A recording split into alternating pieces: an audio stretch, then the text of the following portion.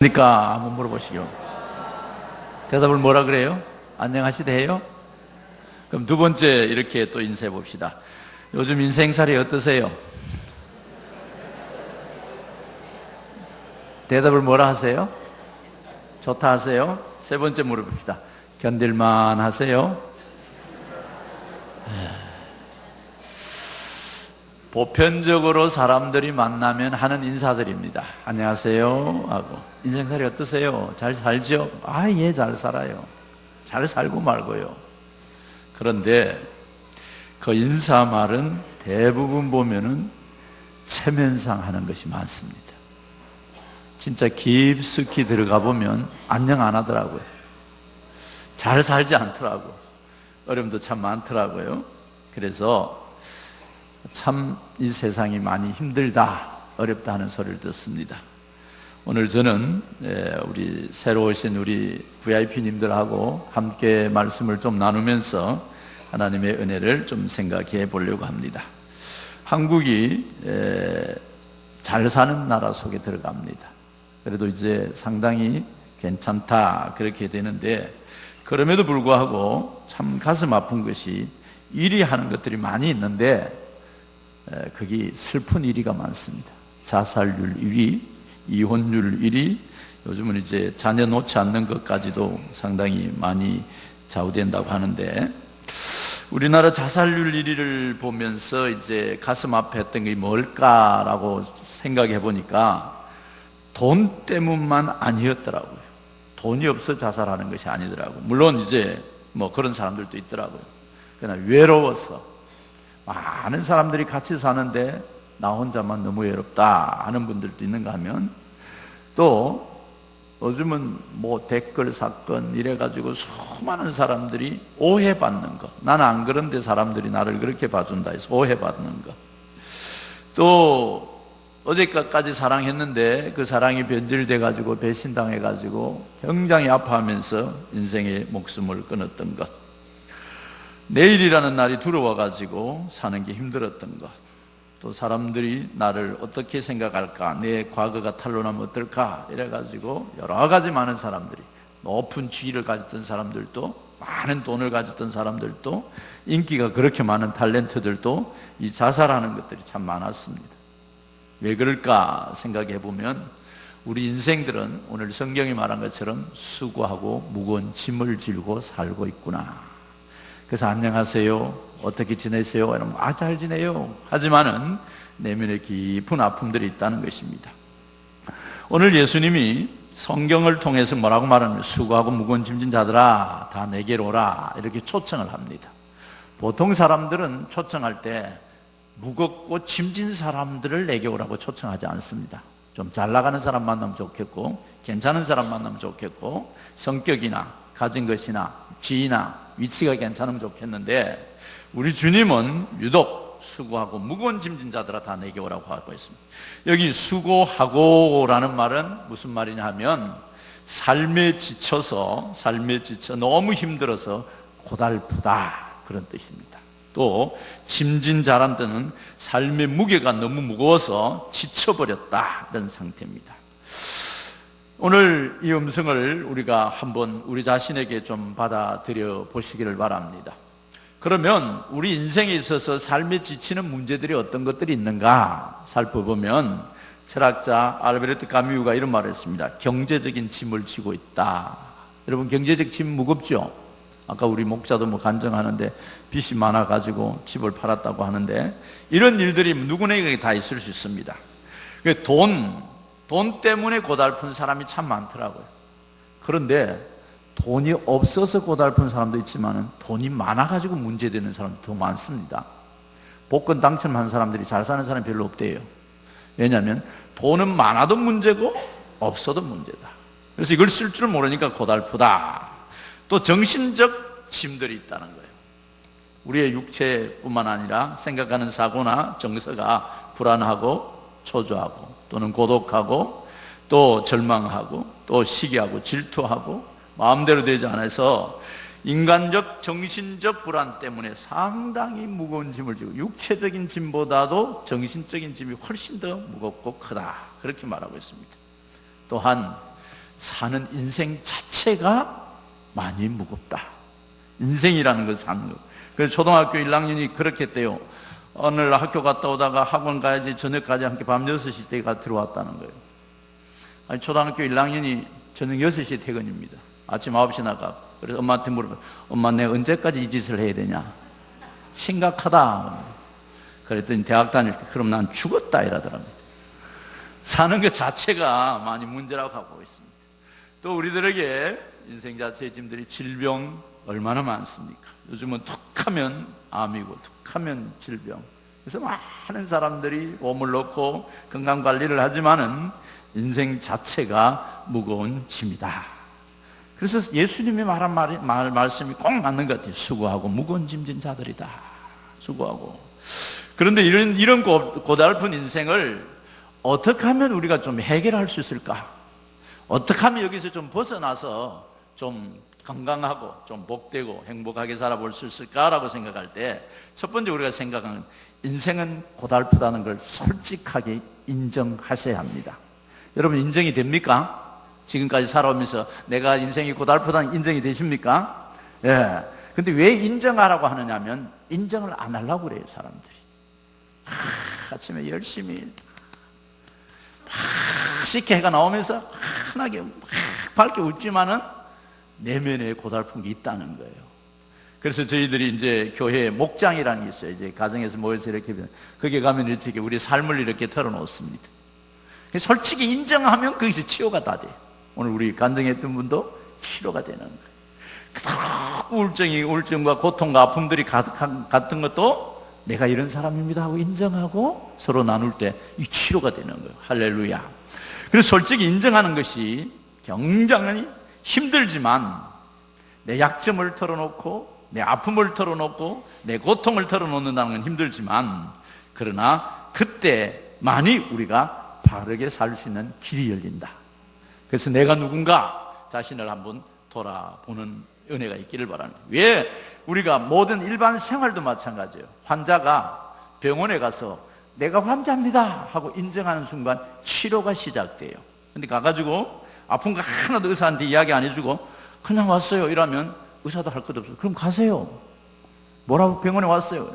근데 병원에 가가지고 여기도 아픕니다 여기도 아픕니다 아이고 가슴이 아파서 왔습니다 머리가 잠이 안 와서 왔습니다 다 이야기하면 의사가 거기에 따라 처방을 내리고 그 다음에 진찰을 해서 치료할 수 있는 거예요. 인정할 때 심지어 의사들 가면은 그 숨은 내부까지도 우리가 다 드러내놓고 하지 않습니까? 이게 뭐냐면 치료하는 방법이지요. 인간이 살아가는데 새롭게 만들어가는 방법입니다. 근데 사람들이 인정하기 싫으니까 알코올 중독자가 이런데요. 나 알코올 중독자 아니다. 조금 술을 많이 가한 편이다 이란다. 그럼 평생 알코올을 못 끊습니다. 그래서 우리는 누군가가 인정을 해야 된다라는 것입니다. 그래서 이제 알코올이 하도 안 끊어지니까 알코올 중독. 우리 간증하신 분 담배도 끊었다 그랬는데 우리 친구는 담배를 못 끊고 라이터를 30개나 갖다 버렸는데 아직도 못 끊고 있습니다. 그래도 지는 담배 골초가 절대 아니라고 그렇게 말하고 있습니다. 그러니까 못 끊는 거예요. 재미나는 사건은 알코올 중독자 치료센터가 있는데 그 치료센터에 보면은 미국의 알코올 중독자 치료센터 AA센터에서 제일 첫 번째 계명이 있습니다. 뭔지 아세요? 나는 알코올 중독자다. 그 1계명이에요. 그리고 그게 딱 들어오면 딱 외치는 게 나는 알코올 중독자다. 그렇게 외치는 것부터 시작해야 돼요. 이걸 안 외치면 그 사람이 고칠 수가 없다는 거예요. 근데 그걸 외치기 시작하는 순간 그것이 고쳐진다는 거예요. 그래서 우리는 이 세상을 살아가면서 솔직하게 나라는 사람을 알고 고치는 게 필요하다. 성경에 보면 야고보서 4장 6절에 보면 하나님은 교만한 자를 물리치시고 겸손한 자에게 은혜 준다. 그렇게 말했어요. 아닌 척하고 있으면 은혜가 아니면 한다는 거예요. 아닌 척하고 있으면 아무도 접근해 올 수가 없다는 것입니다. 여기 수고하고라는 단어가 영어로서는 뭐라고 하면 exhausted라는 말을 쓰는데요. exhausted라는 말은 뭐냐면은 이미 다 써버려서 소모된 상태 이런 뜻입니다. 그래서 이 핸드폰을 내가 쓰다가 배터리가 다 꺼져버리면 그 뒤로 아무 소용이 없습니다.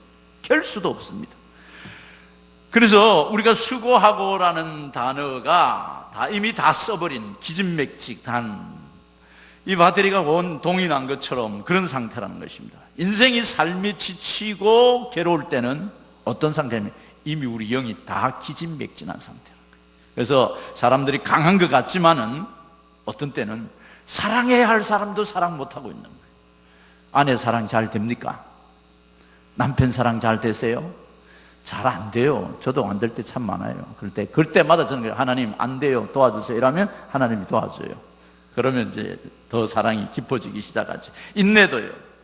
또 용기 있게 살고 싶은데도 용기도 잘 안 될 때가 많아요. 어떤 일을 하면 열정 있게 하고 싶은데도 아주 무기력할 때도 있지요. 그래서 이럴 때 우리가 어떻게 되면 인정하는 거예요. 제가 이렇습니다. 인정하는 것. 이 인정하는 것 중에서도 특별히 누구에게 인정하면 좋느냐? 그 능력을 주는 사람에게 인정해요. 주는 분에게 인정해야 돼요. 그분이 누구냐? 따라합시다. 하나님 아버지십니다. 하나님께 인정하는 거예요. 그걸 교회에서는 기도라 그래요. 기도.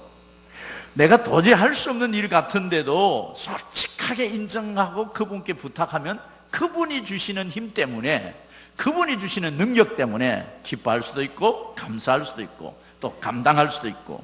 제가 이 교회를 지면서 사실은 돈이 없었어요. 어떤 분이 그래요. 서울산에는 저 교회는 목사님이 저 부산에서 왔더니 그분 돈이 엄청 많다더라 소문이 나갖고 제가 큰 부자로 소문이 났습니다. 근데 사실은 돈이 없어요. 없었는데 이걸 하나님이 우리가 돈 없습니다. 그러나 하나님이 도와주십시오 라고 인정할 때 이 교회를 짓도록 하나님이 은혜를 주신 거예요. 그래가지고 이 교회를 지을 때 하나님이 어떤 은혜를 주냐면 역세권이 생기면서 땅값이 올라가면서 교회를 지었다니까. 우리가 사소한 것이지만은 하나님 앞에 나와서 기도하고 인정하는 것이 굉장히 큰 복이에요. 여러분 오늘 오신 분들 이런 인정이 있기를 바랍니다. 혹시 이런 거 여러분 인정이 됩니까? 나는 남편인데 아내에게 잘못한다. 아내에게 친절하지 못한다. 아내를 사랑하지 못하고 아내를 잘 보살피면 그럼 인정하셔야 돼요. 그래 고쳐져요. 아내들은 남편에게 잘못하면 그거 인정하셔야 돼요. 그래야만이 고쳐질 수 있는 거예요. 부모들은 어떻습니까? 엄마 아빠로서 자녀들에게 잘 해주고 싶은데 때로는 못 해줄 때 하나님 제가 아빠로서 내 구실을 못하고 있습니다. 인정하고 간구할 때 새로워진다는 것입니다. 왜냐하면 우리의 실수와 우리의 허물을 받아주시는 분이 누구냐면은 예수님이시라는 거예요. 그래서 그분이 수고하고 무거운 짐진 자들아 다 내게로 오라. 내게 와서 네 아픔과 고통을 다 인정해라. 그렇게 말하는 거예요. 그럴 때 우리에게 하나님의 놀라운 은혜가 임한다. 특별히 우리가 인정해야 될 것이 뭐냐 하면 우리는 어떤 사람이냐라고 할 때 우리 존재 자체가 누군지를 깊이 아셔야 돼요. 성경을 한 군데 한번 찾아보도록 하겠습니다. 창세기 3장 8절에서 10절을 한번 찾아보시겠습니다. 창세기 3장 10절에서 8절 우리 같이 한번 읽어보도록 하겠습니다. 그 앞에 있는 글씨를 같이 읽겠습니다. 시작. 그들이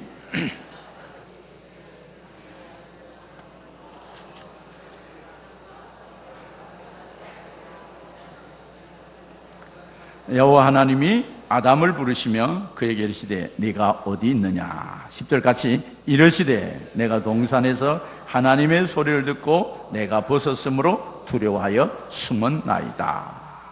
하나님이 어느 날 아담을 찾으셨어요.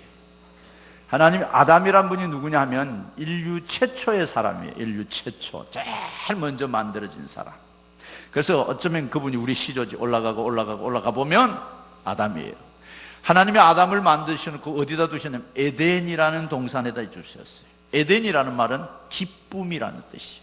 그래서 너는 기쁘게 살고 아주 행복하게 살아라.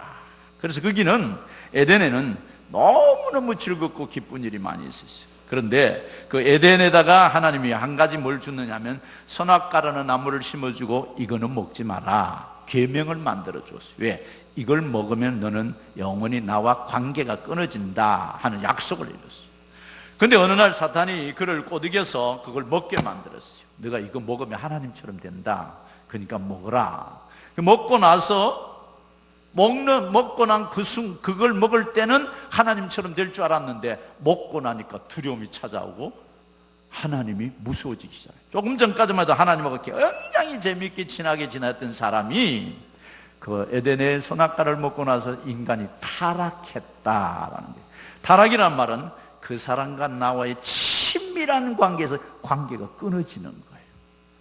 여러분, 우리도 인생을 살아가면서 관계가 끊어지면 어떻습니까? 그렇게 사랑했던 부부가 어느 날 남편이 이상한 짓을 하고 오면 그만 죄라는 놈이 들어 멀어지기 시작해요. 그렇게 사랑했던 일가 친척 중에서도 돈 문제, 어떤 무슨 심각한 문제가 있어서 죄가 딱 들어오면 멀어져요. 친구 사이도. 하나님하고 멀어졌어요. 그러니까 두려워서 살아갈 수가 없는 거예요. 마음이 불안하고 죄란 놈이 들어오니까 마음이 불안을 쳐져요. 그때 하나님이 찾아오셨어요. 아담아 하고 불렀어요. 부르면서 뭐라 그랬어요? 내가 그에게 이랬어요. 내가 어디 있느냐 하니까 그가 하는 말이, 내가 동산에서 하나님의 소리를 듣고 벌거벗어서 두려워서 숨었나이다. 인간이 죄악이 들어오는 순간 나라는 존재가 어떤 존재가 되면 죄인으로 바뀐 거예요. 그래서 내가 죄인인 것을 인정해야 돼요. 죄인이 되고 나면 뭐 어떤 일이 있냐면 하나님과 관계가 끊어져 버려요. 하나님께 갈 수가 없어요. 하나님께 나를 인정하고 그분을 만나야 되는데 죄라는 놈이 들어오는 순간 우리는 하나님과 관계가 끊어지면서 우리에게는 불안과 초조와 염려가 찾아오기 시작하지요.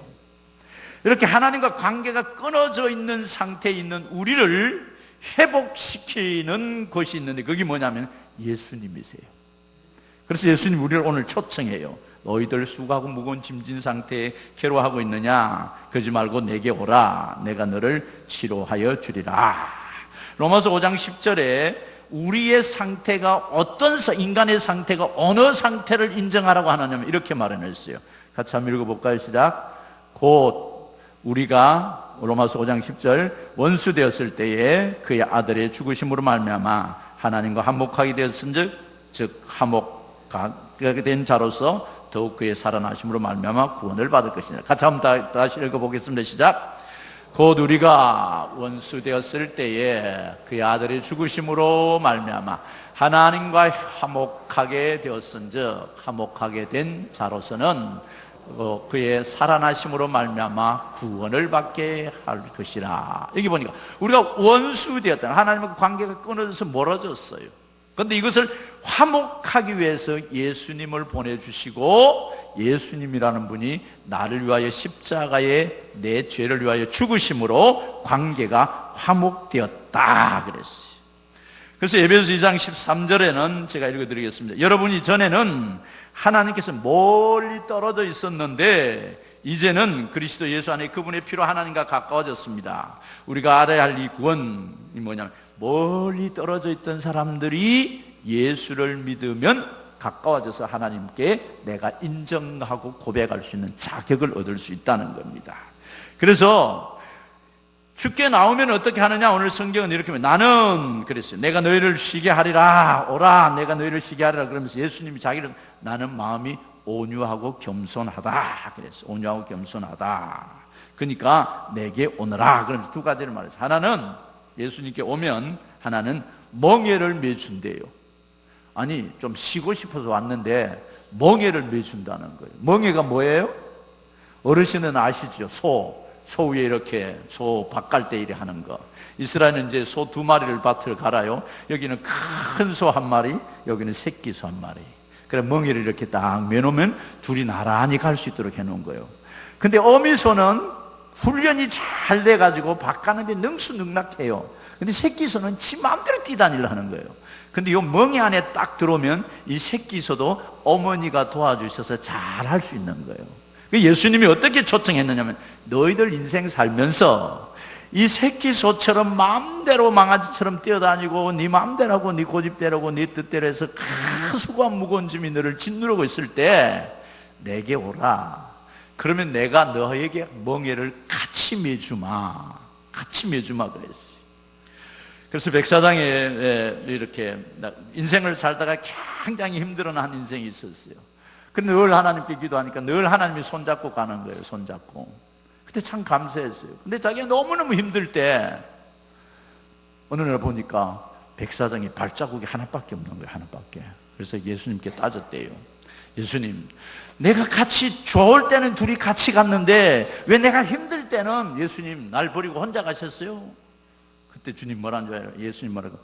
왜? 발자국이 하나 뽑히잖아요. 그래서 그거 네 발자국이 아니야, 내 발자국이야. 네가 힘들 때 내가 업고 갔거든. 자기 발자국인 줄 알았는 거예요. 자기 혼자 예수님이 버리고 간 줄 알았는데, 그러나 예수님이 수고하고 무거운 짐 자들이 우리에게 올 때 안아주고 품어주고 평강을 주신다, 그렇게 말씀하세요. 그래서 예수님이 지금 하시는 말씀은, 지금 내가 가지고 있는 그것을 다 내게 가지고 오면 괴로운 그것까지도, 멍에도 내가 대신해 주겠다. 그래서 이제 멍에를 딱 매놓으면 이 큰 소가 딱 끌고 가기 때문에 작은 소는 그냥 따라만 다니면 잘 할 수 있는 거예요. 그 마찬가지로 우리 예수님이 멍에를 메고 그랬어요. 멍에를 메고 예수님께 나오면, 그 예수님 안에 오면 멍에를 메준다 그러고, 그 다음에 뭐라 그래요? 내가 너에게 쉬게 하리라. 배우게 해주시겠다는 거예요. 배우게 해주시겠다, 가르쳐 주시겠다는 거예요. 여러분, 우리가 세상을 살아가면서 다 제가 새 신발을 신었는데요, 잘 안 맞으니까 양발이 자꾸 미끄러져 내려가요. 그게 굉장히 불편하더라고. 작은 신발 하나도 우리 인생에 딱 맞아야 이게 편안해요. 그런데 우리 인생을 살아가면서 우리에게 맞는 사람이 별로 없어요.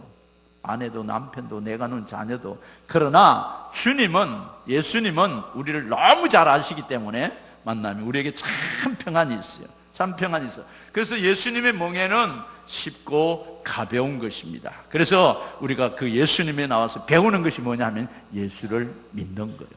그리고 죄인인 우리를 주님이 안아주시고 품어주시고 우리 죄를 다 용서해 주시고 하나님의 자녀되게 해주셨다, 그렇게 말씀합니다. 그래서 오늘 뭐라고? 내 멍에는 쉽고 내 짐은 가볍다. 란 말은 이 세상을 살아가면서 여러 가지 어려움이 있을 때 예수를 믿고 사는 것이 힘이 된다.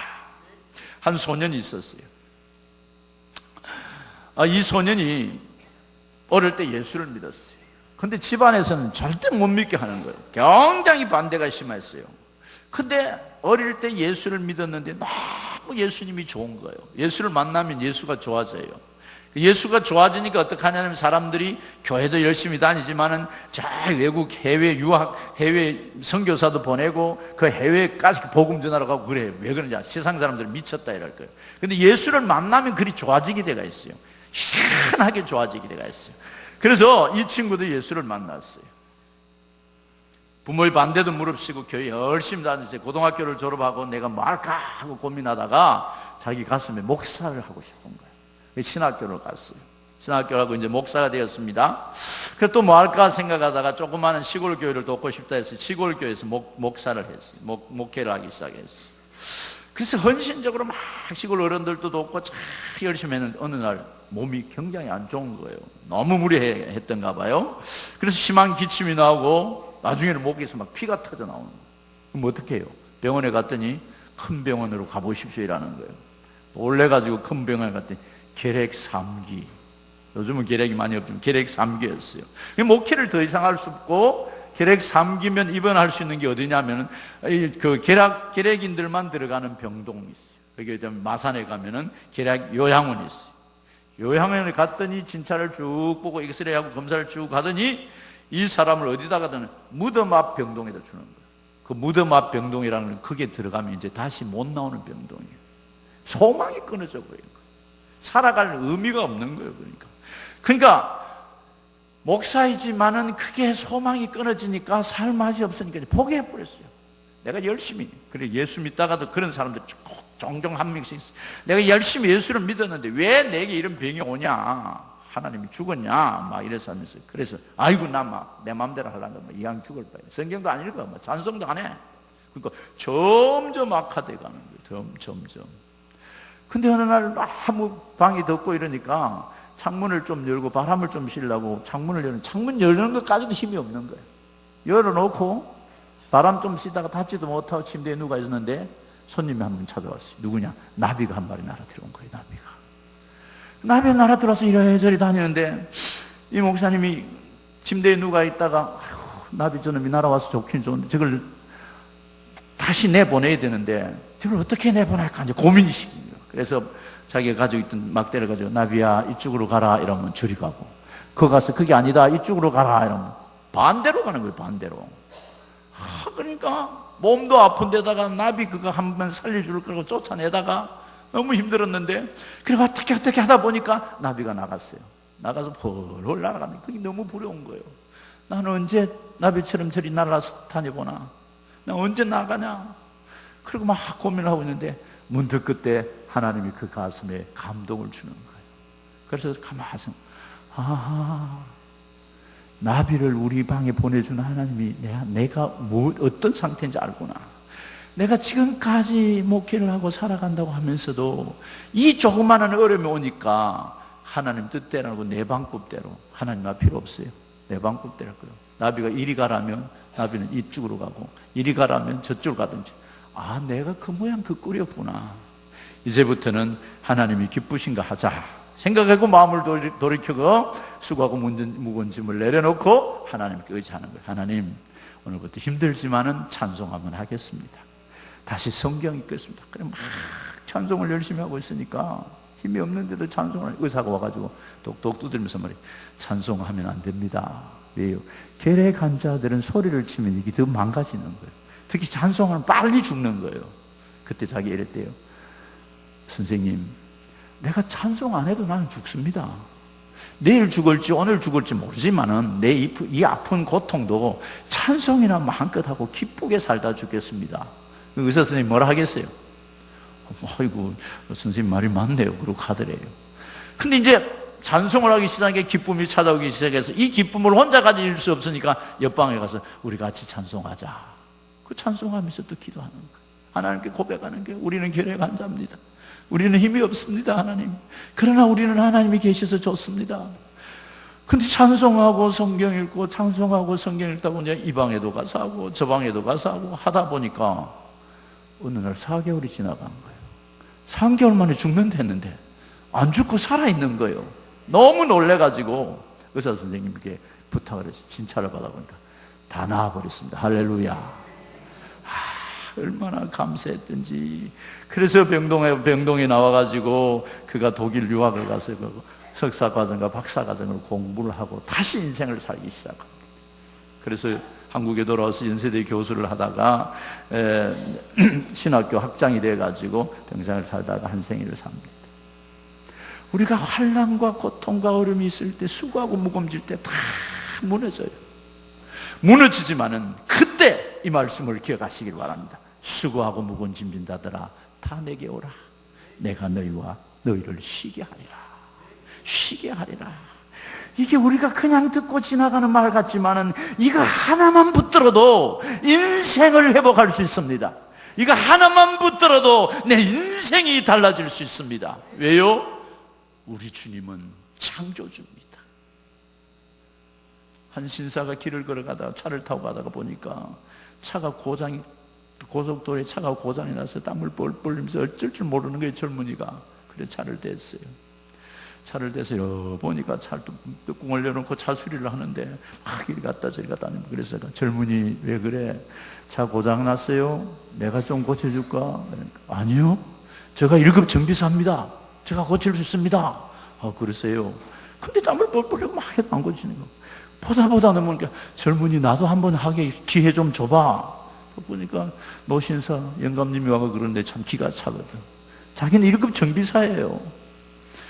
그럼 더 열심히 해도 안 되는 거예요. 그런데 이제 노신사가 보다가 가까이 와가지고 젊은이 나도 한번 보게 해줘봐. 그렇게 하도 그래서 예, 알아서 하세요. 그냥 이렇게 몇 군데를 쭉 만지더니 젊은이 시동 한번 걸어볼래? 이러는 거예요.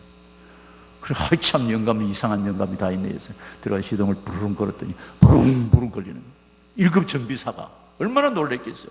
나가고 인사를 칵 하면서 선생님 누구십니까? 그때 하는 말이 내가 이 자동차를 만든 헨리 포드라네. 아무리 1급 정비사라도 만든 사람만큼은 몰라요. 아무리 학식이 뛰어나고 유명하다 하더라도 나를 만드신 창조주 하나님만이 나를 알아요. 우리 주 예수 그리스도가 우리를 만드시고 나를 주님과 화해시켜 주려고 십자가를 지시고 그리고 다 만들어 놓고 초청해요. 수고하고 무거운 짐 지고 고민당하느냐, 내게로 오라. 내가 너를 쉬게 해주시겠다. 사랑하는 오늘 초청되어 온 우리 사랑하는 귀한 VIP님들, 여러분들 위해서 우리가 기도를 오래 했습니다. 아마 여러분들 집에 찾아가서 섬긴 사람도 있을 거고, 때로는 식사도 같이 했던 사람들도 있을 거고, 어떤 사람은 밤이 맞도록 여러분을 위해서 기도했습니다. 왜 그럴까요? 내가 만난 하나님, 예수님, 당신도 만나면 인생의 삶의 깊은 골목에서도 찬송할 수 있기 때문입니다. 이런 은혜가 오늘 오신 모두에게 흘러가는 축복이 있기를 바랍니다. 제가 한번 여러분